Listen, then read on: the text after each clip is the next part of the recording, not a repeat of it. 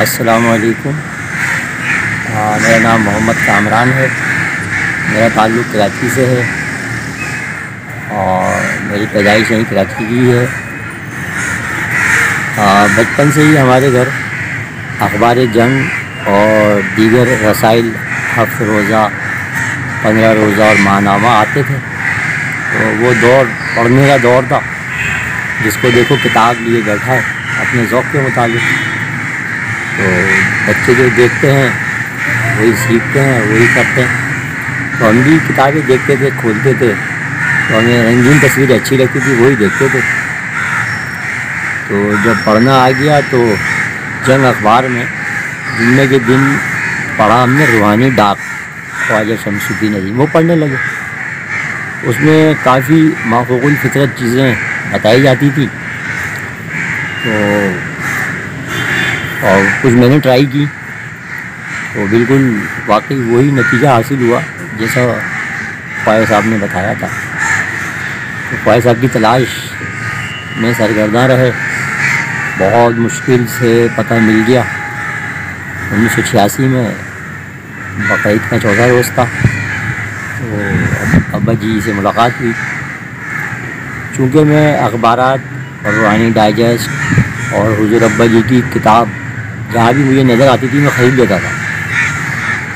سستا دور تھا، 10 روپے کی یا 12-15 روپے تک کی مل جاتی تھی، اور لو قلم جو میں نے خریدی تھی وہ 40 روپے کی ملی تھی۔ تو ملاقات کی، میں نے کہا ابا جی خواجہ صاحب میں آپ سے دوستی کرنے آیا ہوں۔ مسکرائے۔ میں نے کہا یہ میرے ابو منع کرتے ہیں۔ تو میں نے کہا آپ بھی آئیں، ابو کو بھی لائیں۔ تو ابو جاتے رہے وہاں، تو ابو چند مہینے گئے، انہوں نے جانا چھوڑ دیا، میں مستقل جاتا رہا۔ پھر معلوم ہوا کہ مراقبہ حال جو ہے گولڈن گیٹ پہ شفٹ ہو رہا ہے، D32 پہ، وہاں مراقبہ ہوا۔ پھر اس کے بعد وہاں چھت پڑ گئی تو اوپر چھت پہ مراقبہ ہونے لگا۔ پھر شجاعی ٹاؤن میں جگہ مل گئی، وہاں شفٹ ہو گئے۔ اس طرح میرا کیا نام ہے ابا جی سے تعلق بنا، اور بہت طویل داستان ہے، تقریباً کم و بیش 40 سال کا عرصہ ہو گیا ہے۔ بہت تجربات، بڑے پیارے پیاری باتیں ہیں، جو مطلب اب آپ کوئی سوال کرے تو میں جواب دوں۔ محمد کامران صاحب، یہ بتائیں کہ آپ نے 40 سال کا عرصہ گزارا، تقریباً 40 سال کے عرصے میں آپ نے کیا کیا چیزیں سیکھیں، اس پہ تھوڑا روشنی ڈالیں۔ بیت فارم میں 3 آپشن دیے جاتے ہیں۔ ایک تو ہوتا ہے اللہ کا عرفان حاصل کرنے کے لیے بیت ہو رہے ہیں، کشف و کرامات کے لیے۔ تیسرا بھی ایک ہے، وہ مجھے یاد نہیں آ رہا۔ تو سب اللہ کے عرفان پہ ہی کلک کرتے ہیں، اور اس کے علاوہ اگر دیگر خانوں پہ کلک کریں تو کیا نام ہے خواجہ صاحب جو ہیں ابا جی معذرت کر لیتے ہیں جی۔ تو اللہ کے عرفان ہی کی جستجو ہوتی ہے سلسلہ دنیا میں۔ تو اس دوران بڑے اچھے تجربات بھی ہوتے ہیں، اور سب سے پہلے تو جو فرق پڑا وہ یہ پڑا، طرز فکر تبدیل ہو گئی کہ طرز فکر کیئر آف اللہ کرنے کی کوشش کرتے ہیں ابا جی۔ اور قلعہ شعور اکیڈمی کا آغاز جو ہے 1993 میں ہوا تھا، وہاں بھی جتنا کلاسز ہیں وہاں یہی کوشش کی جاتی ہے کہ آپ کی طرز فکر جو ہے کیئر آف اللہ ہو جائے، رحمانی طرز فکر۔ کامران صاحب، یہ بتائیں کہ بیت کرنے سے پہلے آپ کون سا مراقبہ آپ نے شروع کیا، اور بیت کرنے کے بعد آپ کون سا مراقبہ کرتے ہیں؟ جب میں بیت ہوا تو بیت ہونے سے پہلے مراقبہ نہیں دیا جاتا تھا، فوراً بیت کر لیا جاتا تھا۔ تو تصور شیخ سے ہی ابتدا ہوئی، وہی کر رہا ہوں۔ اچھا، یہ بتائیں کہ آپ کیا 40 سال میں روزانہ مراقبہ پابندی سے کرتے ہیں؟ نہیں جی، پابندی نہیں ہو پاتی، کبھی کبھی مطلب ناغہ ہو جاتا ہے۔ یہ ہے کہ واقعی میں پابندی سے نہیں کر سکا آج تک۔ آپ مراقبہ کس طرح کرتے ہیں، تھوڑا سا روشنی ڈالیں۔ بھائی وہ تصور شیخ کا مراقبہ دیا جاتا ہے، وہی کرتے ہیں۔ یہ 1990 کی بات ہے۔ حامد بھائی تھے ہمارے، بہت اچھے پیارے بھائی، انتقال کر گئے۔ انہوں نے شاہ فیصل کالونی میں ایک لائبریری قائم کی تھی، اس کا پروگریس بڑی اچھی تھی۔ ابا جی کو رپورٹ دی تھی تو ابا جی بہت خوش ہوئے۔ ابا جی نے خواہش کا اظہار کیا کہ لائبریریاں کھولی جائیں. تو اس سلسلے میں مرکزی مراقبہ حال میں میٹنگ ہوئی تھی کہ میں ڈسٹرکٹ سینٹرل کا ہوں. تو ہمارے ڈسٹرکٹ سینٹرل کے ڈپٹی کمشنر فوجدار تھے علی عمران صاحب، تو ان کو ڈسٹرکٹ انچارج بنایا تھا.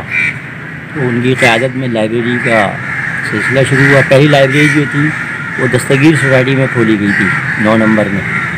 اس کے بعد پھر لیاقت آباد، 5C4، لانڈی، مطلب پوری کراچی میں لائبریریاں بنتی چلی گئیں. آپ لائبریری میں کیا کیا خدمات انجام دیتے تھے؟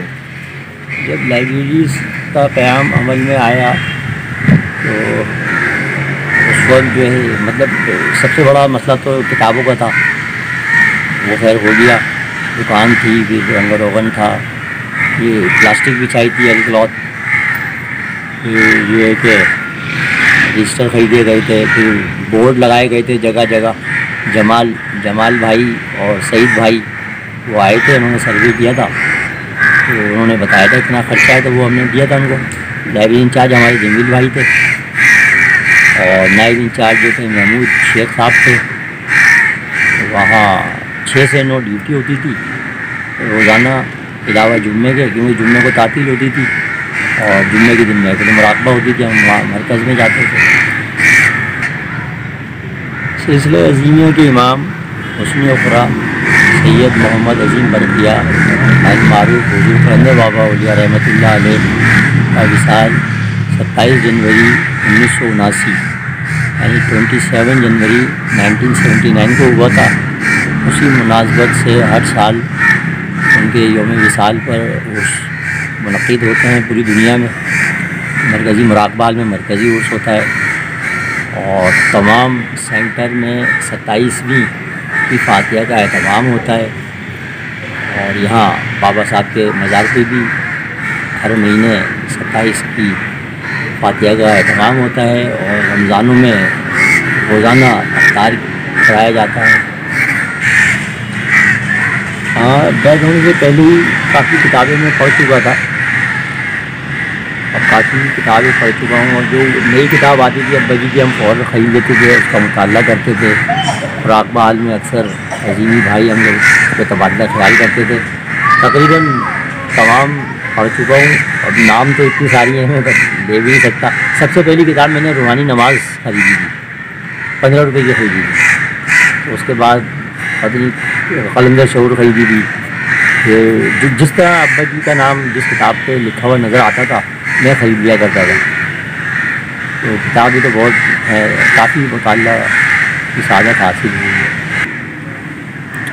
حضور ابا جی حضور قرند بابا اولیاء کے مشن کے بارے میں بتاتے رہے ہیں اور خود حضور ابا جی حضور قرند بابا اولیاء کے مشن کا عملی نمونہ ہے. ان کی ساری زندگی حضور قرند بابا اولیاء کے مشن کی ترویج و اشاعت میں ہی گزری ہے اور ابھی بھی اس عمر میں جبکہ وہ ضعیف ہو چکے ہیں بہت جذبے کے ساتھ ہمت کے ساتھ تمام سرگرمیوں انہوں نے جاری رکھی ہوئی ہیں.